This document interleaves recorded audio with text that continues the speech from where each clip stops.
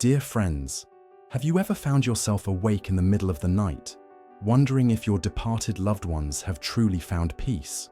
That cold stone in the cemetery with 2 dates marking the beginning and end of their earthly journey, does it really represent the end of their story?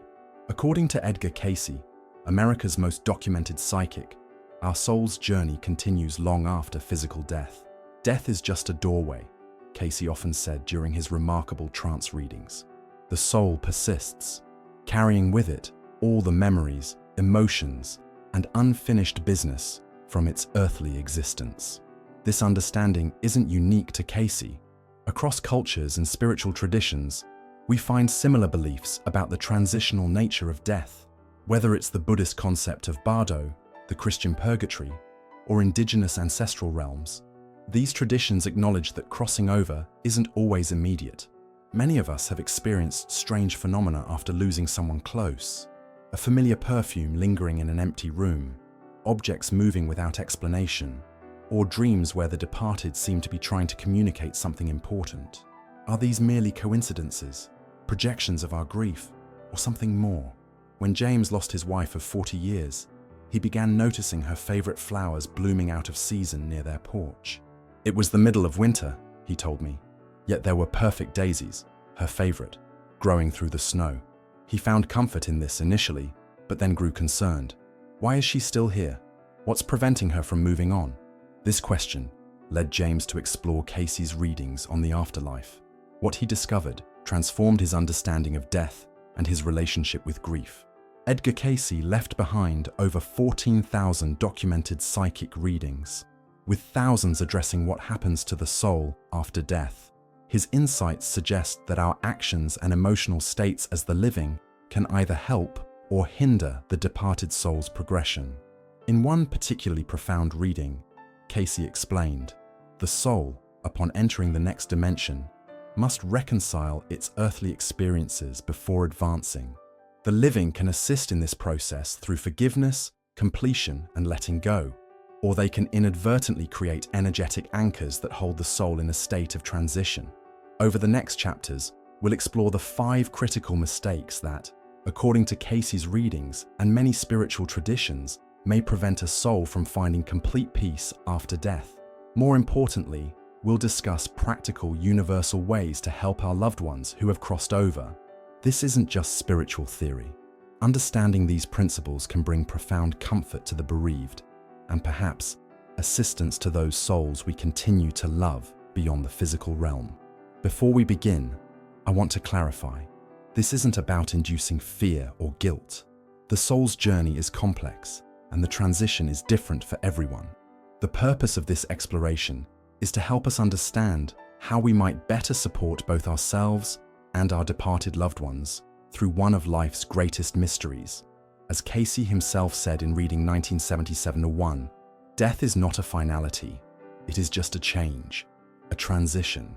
The most common obstacle preventing souls from advancing after death might surprise you. In numerous readings, Edgar Cayce identified excessive grief from the living as a powerful anchor that can hold spirits in a transitional state.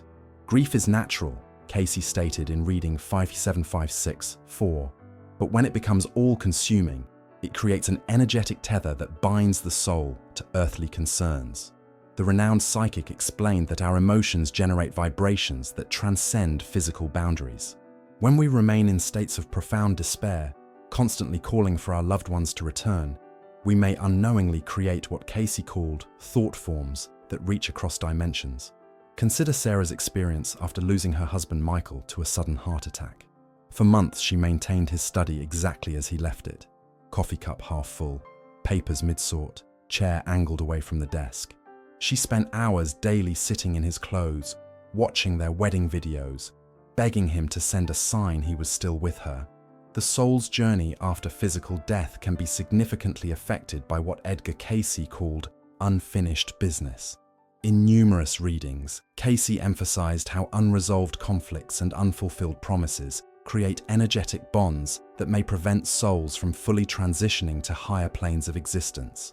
The soul carries with it the essence of all earthly experiences, Cayce explained in reading 2823-1. Those experiences marked by promises unkept or conflicts unresolved create a weight that must be lightened before the soul can freely ascend. This concept appears across diverse spiritual traditions. In Buddhism, it resembles the idea of karma that must be balanced. In Christianity, it connects to the importance of reconciliation before moving forward spiritually. Indigenous wisdom traditions worldwide speak of completing soul contracts before the spirit can fully transition to ancestral realms. Consider the remarkable case of Catherine, who kept having distressing dreams about her father 3 years after his sudden passing. In these dreams, he appeared anxious, repeatedly opening a desk drawer in his old study. It was always the same, Catherine shared. He would look at me with such urgency, pointing to the desk but unable to speak. Following her intuition, Catherine thoroughly examined her father's desk, discovering a hidden compartment containing an unmailed letter to his estranged brother. The letter expressed deep regret over their decades-long silence and a heartfelt wish for reconciliation. After locating her uncle and sharing both the letter and her father's apparent concern, something extraordinary happened. That night I dreamed of my father again, Catherine recounted. But this time, he simply smiled at me from a distance, nodded once, and turned to walk into a beautiful light. I've never had the distressing dreams again. Edgar Cayce's readings suggest this wasn't merely psychological closure for Catherine, but actual assistance to her father's soul. In reading 575614, Cayce stated, "The body may die, but obligations of the heart and promises made in earnest remain as connections that must be addressed, either by the soul itself or through those still in the physical who act on its behalf." Psychiatrist Dr. Alan Botkin, who developed a therapeutic approach called induced after-death communication, has documented hundreds of similar cases where resolving unfinished business appears to benefit both the living and the deceased. While his work came decades after Cayce's readings, the parallels are striking. Unfulfilled promises seem particularly significant in Cayce's framework. A promise made creates an energetic bond, he explained. When that bond remains unresolved at death, it creates what might be called a hook in the ethereal fabric that can impede the soul's progress. James experienced this after his brother Michael's unexpected death. The brothers had made a pact to use their shared inheritance to establish a scholarship at their alma mater. When Michael died suddenly, James used all the money to expand his business instead. For years afterward, I experienced strange phenomena. Michael's favorite songs playing on the radio at significant moments, dreams where he appeared disappointed, even his cologne scent appearing when important business decisions were at hand, James recalled. Following his encounter with Cayce's work, James established the scholarship they had planned together. The sense of Michael's troubled presence disappeared completely after that, he said. Instead, I occasionally dream of him in beautiful settings, looking peaceful and approving. How can we identify and resolve such unfinished business? Cayce suggested several approaches. 1. Pay attention to recurring dreams or thoughts about the departed that feel unresolved or carry emotional urgency. 2. Look for patterns in any unusual experiences related to the deceased. 3. Consider conversations left incomplete or promises made but unfulfilled. 4. When identified, take symbolic or literal actions to address these matters. The effort itself creates the energetic completion, Cayce noted in reading 36451. Even when physical completion is impossible, the sincere intention and symbolic action can release the bond. Maria, unable to fulfill her mother's wish to visit her birthplace in Greece before she passed, created a beautiful ritual of release. She traveled to Greece, brought soil from her mother's grave, and scattered it in her mother's village, speaking aloud, "Mother, I complete your journey home." That night, Maria dreamt of her mother looking younger and at peace, walking through sunlit olive groves. Remember, addressing unfinished business isn't just about helping the departed. It provides profound healing for the living as well.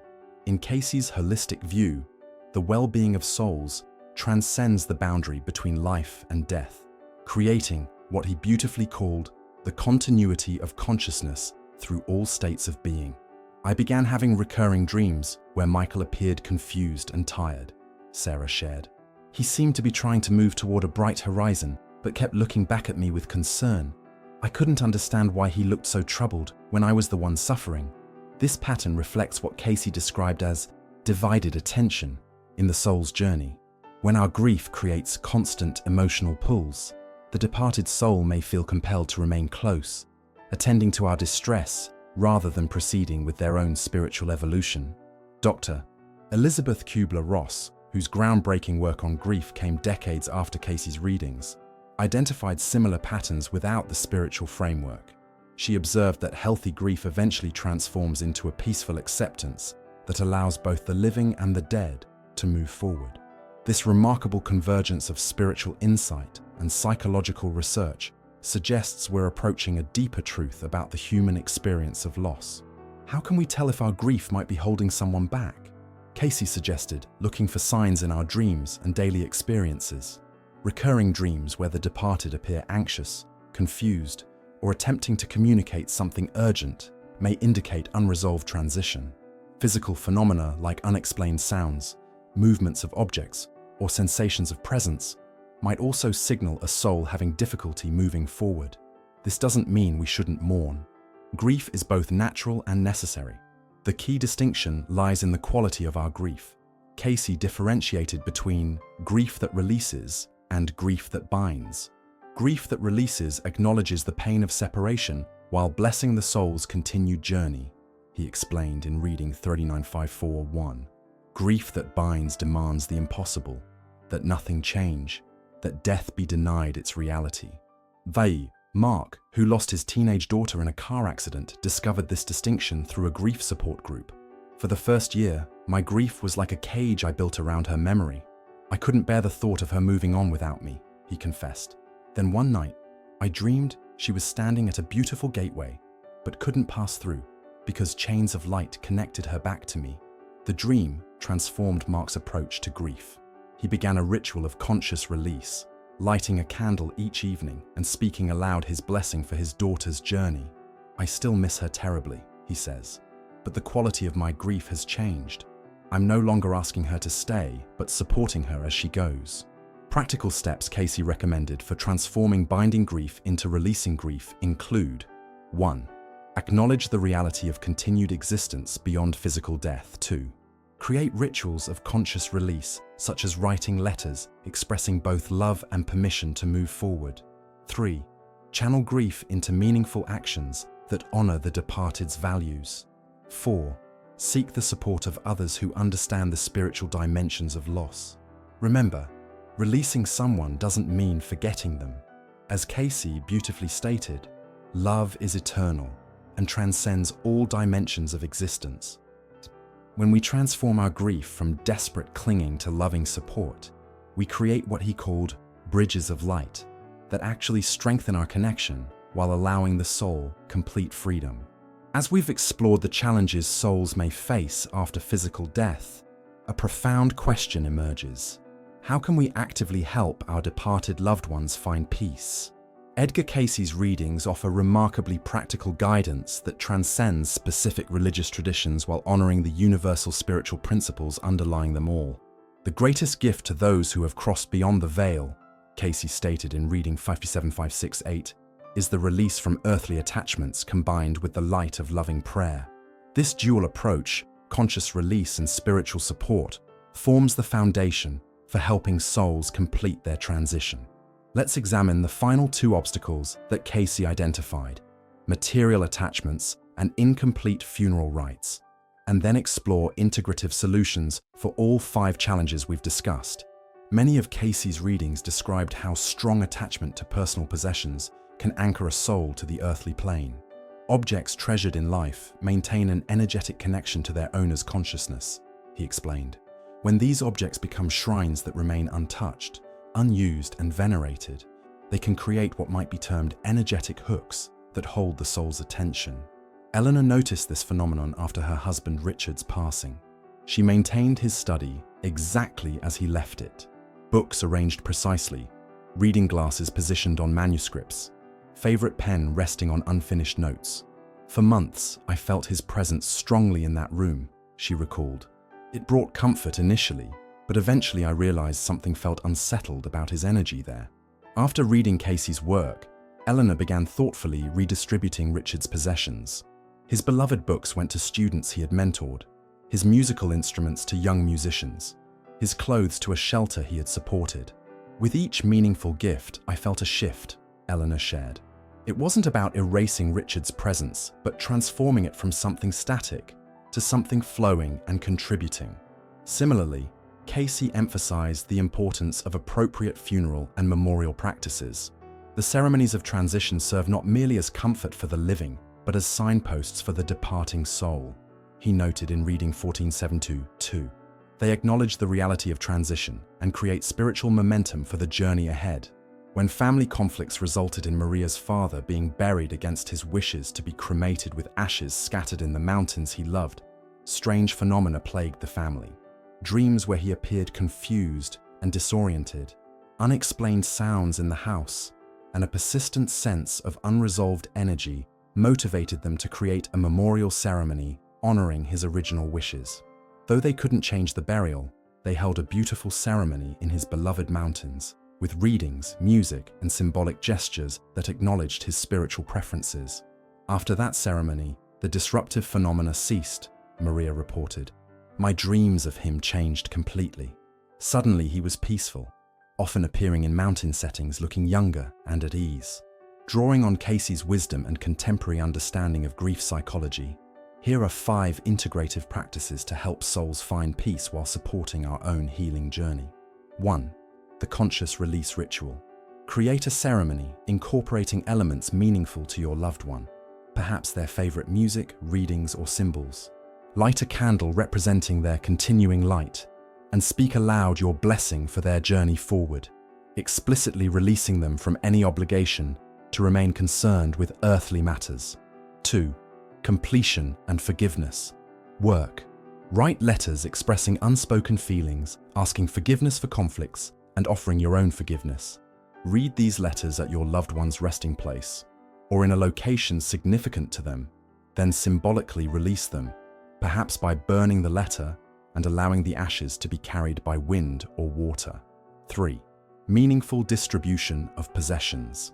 Rather than maintaining shrines of untouched belongings, thoughtfully share treasured possessions with individuals or organizations where they will be actively used and appreciated. As Cayce said, things too have purpose, to be used, to be shared, to contribute to life's ongoing symphony. 4. Living memorial projects.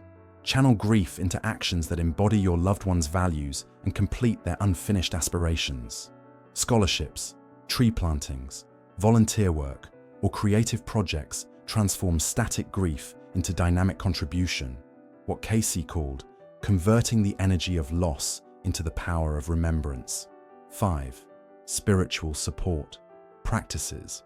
Regardless of your specific faith tradition, regular prayers, meditation, or contemplative practices focused on visualizing your loved one surrounded by light and peace create what Cayce described as pathways of spiritual assistance, accessible to souls in all dimensions. As we conclude this exploration, remember Cayce's profound insight. Death is not the end of relationships, but their transformation. The connection between souls endures beyond physical separation, evolving into something that can become even more meaningful when freed from material limitations. James, who implemented these practices after his daughter's tragic accident, shared, "I still miss her physical presence every day, but something extraordinary has happened. Our relationship hasn't ended. It's evolved into something I never imagined possible. There's a peace now, a sense of her continuing journey that brings me comfort without diminishing the love we share." This understanding doesn't eliminate grief, but transforms it from an anchor into a bridge. As Cayce beautifully expressed in Reading 25:33-6, love is the most powerful force in all dimensions of existence. When purified of selfish attachment and offered as blessing rather than binding, it becomes the light by which souls navigate their eternal journey. May this wisdom bring comfort to your heart and assistance to those you love, both here and beyond the veil that temporarily separates us.